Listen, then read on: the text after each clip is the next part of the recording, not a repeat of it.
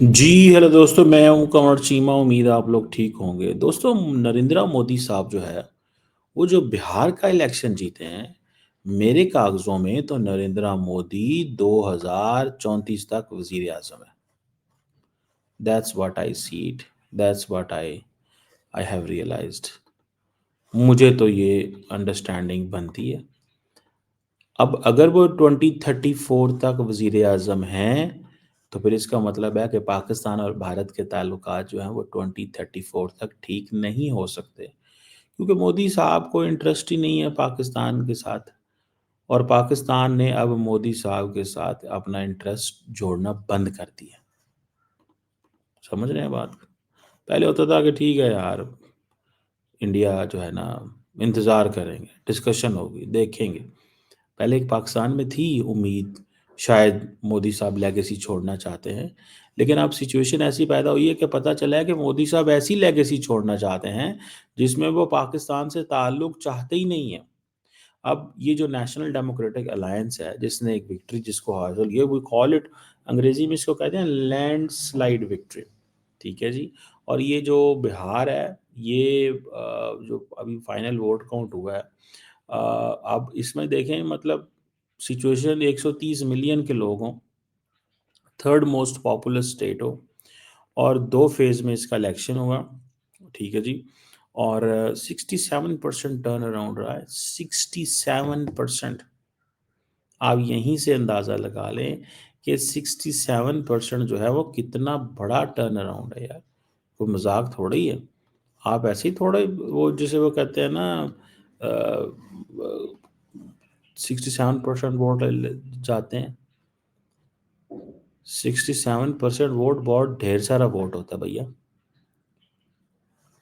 अब अगर ये चीज़ देखा जाए, ठीक है, या इस चीज़ को समझा जाए, तो मुझे ज़ाती तौर पे ये लगता है कि what I realise so far and what I have known so far, कि इससे ये सेटबैक था। और जब लोगों ने पता चला ना वोटर टर्न आउट ज़्यादा है, तो लोगों ने समझा कि ये मोदी साहब इलेक्शन हार जाएंगे। और कहते हैं 1951 के बाद ये ऐसा हुआ, जब से बरतानिया से इंडिया ने आज़ादी हासिल की।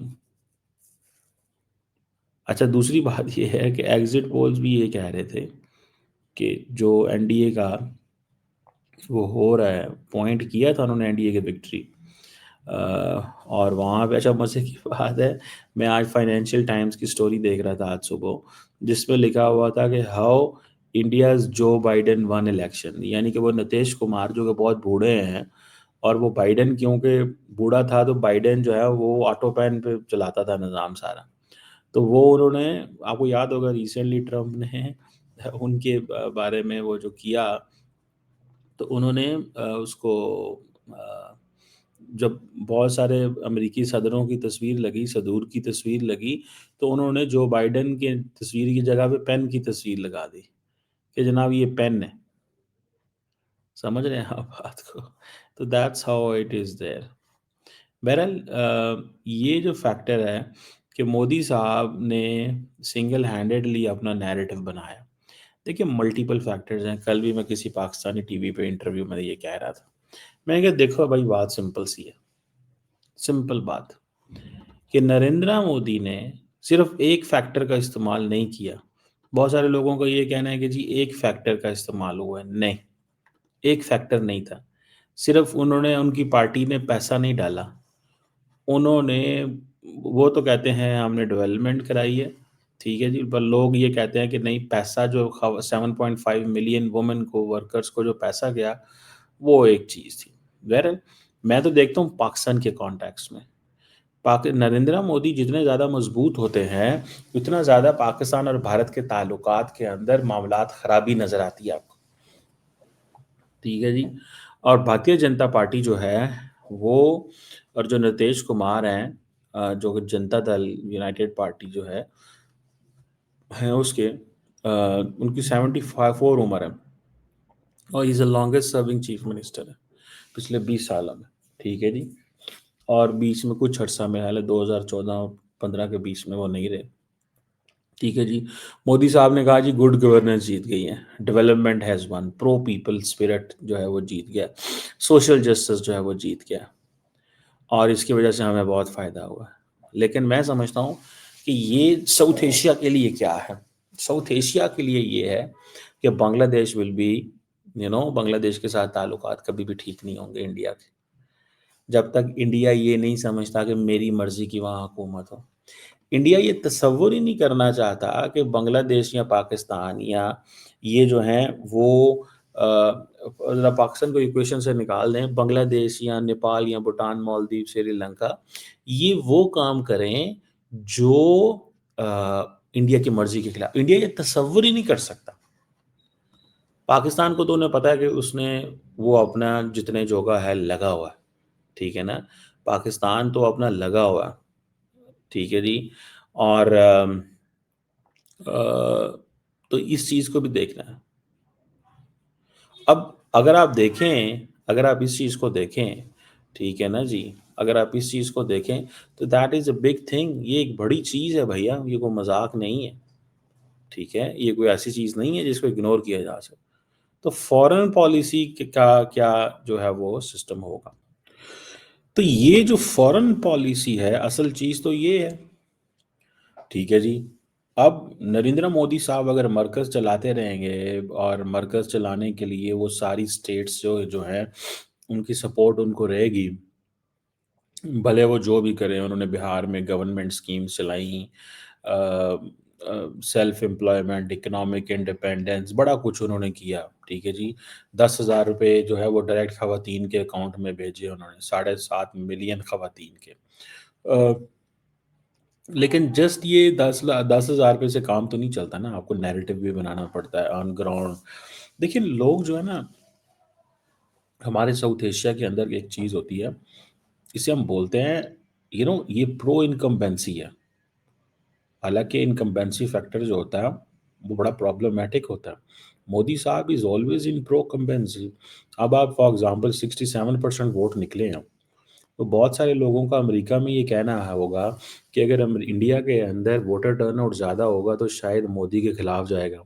अगर आपको याद हो कि जब ट्रंप ने इलेक्शन कमीशन की जगह तकरीर करते हुए ये कहा कि इंडिया के अंदर ये वोटर टर्नआउट बढ़ाने के लिए कितने मिलियन, 100 मिलियन दे रहे थे, 150 मिलियन के कितना, तो उस पे ट्रम्प ने ये कमेंट किया, they wanted to bring someone else, लेकिन वो भी काम नहीं किया। ये आप देखें, ये दिस इज़ अ रियलिटी। अगर आप इसका सही तरह एनालिसिस करें तो ये रियलिटी है ना, ठीक है? ये दिस इज़ अ रियलिटी। अब इस चीज़ को अगर आप देखें तो आपको पता चलेगा कि ये क्या चीज़ है, ठीक है ना जी। अगर आप इस चीज़ को देखें तो then you will come to know कि ये एक बहुत बड़ा फैक्टर है कि मोदी साहब इज़ इंजॉइंग, इवन कि आप जो मर्ज़ी कर लें वो ही इज़ गोइंग टू विन, ठीक है जी। उनके बिहार में स्टेक्स बहुत हाई थे, बड़ी पूरेस्ट स्टेट है बाय द वे, और ये इनको बहुत एडवांटेज हुआ है, ठीक है। अभी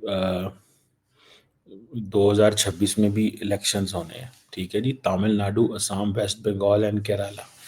केरला वेस्ट बंगाल में पता नहीं क्या होगा, लेकिन तमिलनाडु जो है उनके आई थिंक वो नेतू साहब ही हैं, वो तो जीत जाएंगे। तो ये 4 स्टेट्स में होने हैं, तमिलनाडु, असम, वेस्ट बंगाल एंड केरला। तो ये जो रीजनल इलेक्शंस हैं मोदी को फ़ायदा देंगे। पाकिस्तान की जो फॉरेन पॉलिसी है वो दैट रिवॉल्व्स, यू नो मुझे याद है वो क्या नाम था उसका, ट्रम्प का, ट्रम्प कह रहा हूँ यार, वो जिसे कहते हैं ना, अ, वो क्या नाम था उसका, जब उसने ये कहा कि मोदी साहब जो है, इमरान खान, उसने कहा मोदी इलेक्शन जीत जाएगा, मजबूत बंदा है, आएगा तो मैं इससे बात करूंगा। वो काम उठा पे आ गया। वो मोदी को जिताते जिताते, मोदी को जिताते जिताते, वो मोदी जो अपनी लगा के बैठा हुआ था फील्डिंग, तो वो इलेक्शन भी तो जीत गया मोदी, लेकिन उसने कश्मीर का स्टेटस बदल दिया। जैसे ही उसने कश्मीर का स्टेटस बदल दिया, सारा कुछ जो है, ठीक है ना जी। वो सारी चीज़ें जो हैं वो ख़राब हो गई। तो मुझे ये लगता है कि ये दिस इज़ समथिंग इम्पोर्टेंट, ये बहुत ही इम्पोर्टेंट है और ये इस चीज़ की बहुत बहुत बहुत वैल्यू है इस चीज़ में। बट लेट्स सी, इसको देखना है कि ये कैसे चीज़ होती है और ये कैसे होती है और कहाँ से होती है। मुझे जो चीज़ इम्पोर्टेंट लगती है वो ये है कि एट वन पॉइंट जो द लीडरशिप जो है इंडिया के अंदर, वो ये सोच रही है कि पाकिस्तान जैसे मुल्क हैं या जो बांग्लादेश है, इनके साथ एक टाइट लाइन रखो। क्या लाइन रखो? टाइट लाइन रखो। और ये है कि इनके साथ ताल्लुक ठीक नहीं होने चाहिए। ये मोदी साहब की लेगेसी है, याद रखें। ठीक है जी, ये मोदी साहब की लेगेसी है। सो मोदी साहब, मैं अगले दिन अपने को पुराने नोट्स निकाल रहा था जहाँ पे मैंने ये कहा लिखा था। अगले दिन मैंने कहा था कि ये कैसी किस तरह की सियासत जो है वो कर रहे हैं। मैंने को नोट्स इधर मेरे पड़े हुए थे। यस, नोट्स पड़े हुए थे, किसी में जगह पे मैंने बोलना था तो उस पर मैंने जाके कमेंट किया। मैंने कहा यार, आप start looking at this in a different lens. कि मोदी साहब जो है ना, वो he is in this game. ठीक है जी, कि वो हाँ, मैं बेसिकली इंडिया अफगानिस्तान की कोई बात कहीं कर रहा था। ठीक है जी, तो ये जो चीज़ है ना कि हमें मोदी साहब इज एक्टिव, वो हमें आगे टफ टाइम देंगे क्योंकि उनको इसमें उसमें उनकी पॉलिटिक्स एंड फॉरेन पॉलिसी दोनों कामयाब होती है। उनकी पॉलिटिक्स एंड फॉरेन पॉलिसी दोनों कामयाब होती है। हमारे साथ वो लड़ाई करेंगे, उनको लड़ाई रास आती है हमारे साथ वो नॉर्मल ताल्लुक नहीं रखना चाहते, वो हमारे साथ एक मुश्किल ताल्लुक रखना चाहते हैं और उनको इस चीज़ से कोई गर्ज नहीं है। ठीक है जी। और ये जो मुझे जो चीज़ नज़र आ रही है ना ट्रम्प के हवाले से भी, एक तो ट्रम्प ने थोड़ा सा इनको टाइट तो किया है, but will this survive a long term? क्या ये लॉन्ग टर्म है? अमेरिका और भारत ने जो डिफेंस एग्रीमेंट साइन किया 10 साल, ठीक है जी, टेक्नोलॉजी एंड ऑल दैट, उस पे इंडियंस जो हैं उनको वो बहुत कुछ देने जा रहे हैं। ठीक है, अगले दिन मैं देख रहा था कि अमेरिकी सेक्रेटरी ऑफ स्टेट, क्या नाम है, मार्को रूबियो, कह रहे थे कि पाकिस्तान के साथ हम इंटरनेशनल वो ताल्लुक चाहते हैं, वो स्ट्रेटेजिक पार्टनरशिप चाहते हैं। ये जो पाकिस्तान के साथ जो ये दिस बॉन होमी, ठीक है जी, और ये जो चीज़ है, ये उनके लिए बड़ी, इंडिया के लिए हेडेक है कि नहीं? क्योंकि इंडिया को जो डेमोक्रेट्स ने लिफ्ट कराई इंडिया को, वो रिपब्लिकन्स तो नहीं कराते। डेमोक्रेट्स को तो कहा है पाकिस्तान से ताल्लुक ख़त्म करो, उसने कहा ठीक है ताल्लुक ख़त्म कर देते हैं। ये कौन सा काम है?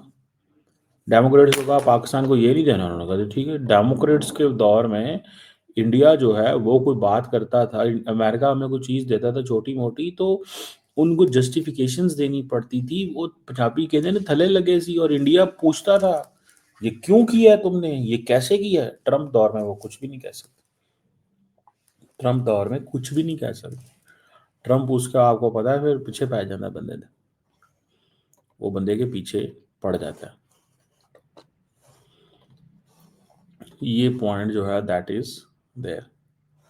अब जो ट्रम्प, इंडिया और अमेरिका का जो वो है, उसमें वो हमें वो समझते हैं कि यार ये पाकिस्तान जो है ना, ये बीच में से कहाँ से आ गया। और फिर दूसरा ये है कि उसने सारी रीहाइफनेशन कर दी। ठीक है ना जी, रीहाइफनेशन की याद रखिए, this rehyphenation is a big thing for us.